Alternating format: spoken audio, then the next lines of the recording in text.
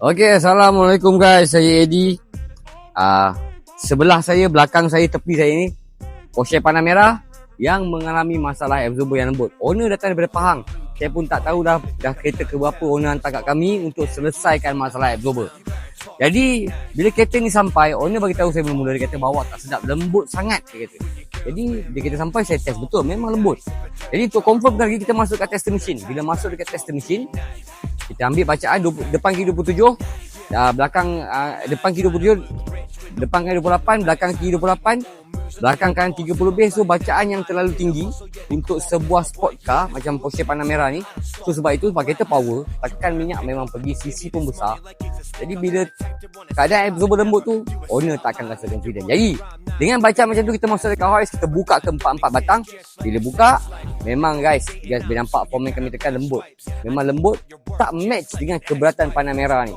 Jadi untuk kita selesaikan masalah tu, kita customkan absorber original yang asal Panamera ni kepada 40% stiffer, siap dengan top cap semua, untuk kita matchkan kekerasan absorber dengan keberatan Panamera. So selepas siap, kami minta form yang kami tekan.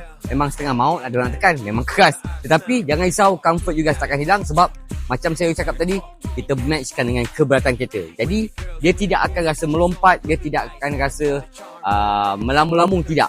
Comfort you guys akan lebih better daripada yang sebelum. So selepas siap, saya pun ambil kereta Panamera ni, saya test. So betul, memang saya rasa firm, rasa solid, rasa macam confident, lebih confident bila dalam keadaan yang laju ataupun perlahan. Memang sedap.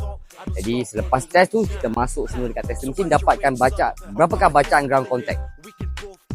Jadi selepas kita dapatkan bacaan, so ini bacaan dia, depan kiri 13, depan kanan 15, belakang kiri 11 dan belakang kanan 13. So you guys boleh nampak perbezaan bacaan ground contact sebelum dan selepas yang terlalu jauh. Okey, jadi itulah dia cerita untuk sport car Porsche Panamera yang kami custom original absorber dia kepada 40% stiffer.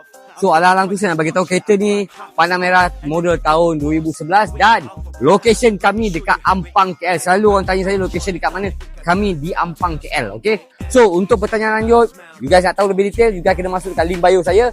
InsyaAllah kita boleh berkomunikasi dekat situ dan saya akan bagi tahu lebih detail tentang masalah kereta anda dan apa yang anda nak buat. Okay, so insyaAllah jumpa lagi dalam video seterusnya. Yang paling penting guys, kekalkan original absorber. So insyaAllah jumpa lagi. Bye bye. Assalamualaikum.